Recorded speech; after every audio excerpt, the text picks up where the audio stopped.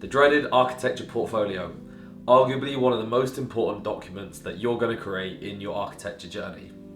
Now, if we look at the screen, today we'll be going through mine.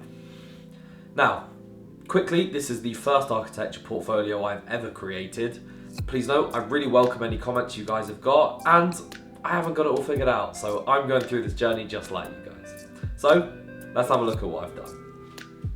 So, starting off, I've recently started using Corona Renderer, and I've been able to produce some renders I'm really happy with. So I thought I'd put those on the front cover just as something that's kind of visually different. Going into all the boring stuff, we've just got a little bit of work I've done at my current company, some freelance work, and then we've got a list of my softwares. As you guys know, as someone with a YouTube channel on software, I just love learning softwares, so my list is quite extensive and I've still got more to add that I've just started learning. I've then put on a little bit about my education. Now keep in mind there's a few things I want to play about with and add, and I will be doing more versions in the future. But this is just the first version. I wanted to quickly bang it out for some work experience I was doing. I wanted to give them my portfolio alongside it. So, starting off, now given I am doing my masters, I thought it's more important that I show my professional work. So I currently work at a company called Suffix Precast, and I'm a designer estimator for precast hollow core slab and stairs. So I've given a little bit of information about the company, a couple of photos from one of my site visits, and then I've just put a couple of my designs I've done. You can see here we have a hollow core slab design for a residential project that's into steels, and then you can see another residential, but this one is flat block, and this one is onto mortar and brick walls. I've then also put quickly one of my planning permission drawings that I've done for some of my freelance work. Now, we move on to my architectural projects. Now, I personally want to reorder these, but I've currently done it in chronological order. This is my first year project, but I've reworked it most recently, which is why I put it first. I want to rework my future projects, so once I've done that, I will put them in chronological order, putting my third year, then second year, then first year in that order. But this is my first year project. I've recently reworked it. I believe the original walkthrough's on this channel. It was originally a pottery studio. I've reinvented it to be a Japanese kintsugi studio with a tea ceremony area, a meditation room, and somewhere where they actually have workshops teaching the art of kintsugi. Kintsugi is the repairing of broken and damaged pottery using a lacquer, and then it is dusted with gold. The whole premise of kintsugi is it's supposed to celebrate the beauty in imperfection, and the whole idea of this space is it's kind of like a mental health retreat, somewhere to get away from the bustling city and have a little bit of a break. I'm not going to go too in depth. You guys feel free to pause this and read this if you would like, but I'm just going to kind of go through these projects a little bit faster. Now here we have the floor plans. Because it was a really simple plan, I didn't want to just do line work, so I decided to actually render it out just to give you a really good idea of the spatial quality. We can see I've got one of the courtyard renders from the external part of the building, and my main tea room render at the front, which is what you're greeted at when you enter the structure. As you guys will notice throughout my portfolio, I've tried not to put too much text. I really want the work to speak for itself, but again, this is just my personal interpretation. I've gone through dozens and dozens and dozens of portfolios, and I found that a lot of them had lots of text, and in reality, you never really end up reading them. You just look at the pictures. So I really wanted to focus on the work itself. I have added pages with little bits of information, as you can see, just talking about how you flow through the space. You go to the tea ceremony, you can then learn kintsugi, and then the point is you can do the guided meditation after all of this, with the goal of each step of the building and each step of the process kind of helping you develop and improve. Next, we go to my third year project, as I'm sure some of you may recognize this.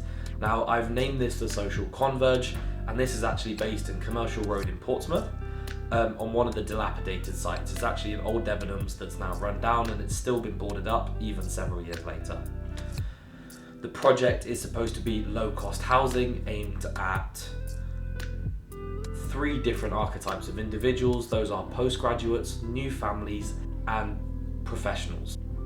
Now, this is one of the projects I really want to redo all these renders, but I just had to put it in because while I'm not unhappy with the work, I just would like to make it look a bit better. But here we have the project showing a few areas, the design development, a programmatic diagram showing how the building goes from public to private as you rise up the structure, and also how I've intended for the noise to decrease with the louder spaces at the bottom and the quieter spaces at the top. I've opted to only show 4 of the floors. This is actually a 7-floor structure, but I've decided to throw the bottom 4 because in reality they've got the most information on them, and you can kind of see all the other flat topologies within these 4 floors. I've also got a rooftop courtyard render, which again I'm not too happy with, but eventually all of this will slowly be reworked. I then show some sections, some elevations, and then a few renders of the individual bedrooms. Now I really was happy with the individual bedroom renders, but I just think that's because you're able to articulate the right amount of detail in terms of composition. You're able to get enough that it's visually interesting, but unlike the dining spaces, because they're such large spaces, I think it's really hard to get a good balance of detail without overcrowding the image, which is why I'm opting to do 3D renders when I go back and redo this. And then finally, for my last university project, we have the Nest. Now this was a nursery/school that was aimed at lower years education. The entire structure was designed around the idea of public-private flowing around the structure, and how the teaching could be integrated with nature and the environment in a way that kind of created an intimate connection between nature and the child's education. And this entire project was a response to the current issue we're possibly seeing, which is that children nowadays are becoming more and more disconnected to the environment and nature. For my second year project, I got some really lovely comments from you guys on the actual walkthrough, and some of the comments also made good points of how the structure is quite closed, it's not very welcoming, it appears almost prison-like, to be honest with you, because of the thick walls. Interestingly, I'd actually based this design off the fortifications that you find in the area that are like war remnants. But in reality, in hindsight, connecting fortifications and a school, probably not the most user-friendly. So this is one of the projects I'd actually like to redesign as well as represent. And then finally, to end off the portfolio, we've just got some of my recent visualization. Now, as I mentioned, I've recently just learned 3ds Max, and I've been using Corona Renderer, so these are some of my practice renders that I've done, just as I'm trying to learn the software and get an idea of how to use it. And this is another one we produced. The prompt was, I was trying to create a room that was kind of for a new family that just had a child, but they were still quite, modern contemporary individuals, and they wanted a welcoming space to kind of rest their head. Now, before doing this portfolio, I went through absolutely loads through Behance on Issue to find kind of ideas of how I wanted to present my work and the style that I felt would fit me. I will leave several of the ones I found in the description box because I found some really beautiful ones, and I know when it comes to portfolios, especially myself, I was really lost at how to approach this. And I'm also going to possibly be doing another video where I talk about the process of me actually building this and how I went about doing it. But again, that's all for today, guys. Hope you guys enjoyed my portfolio.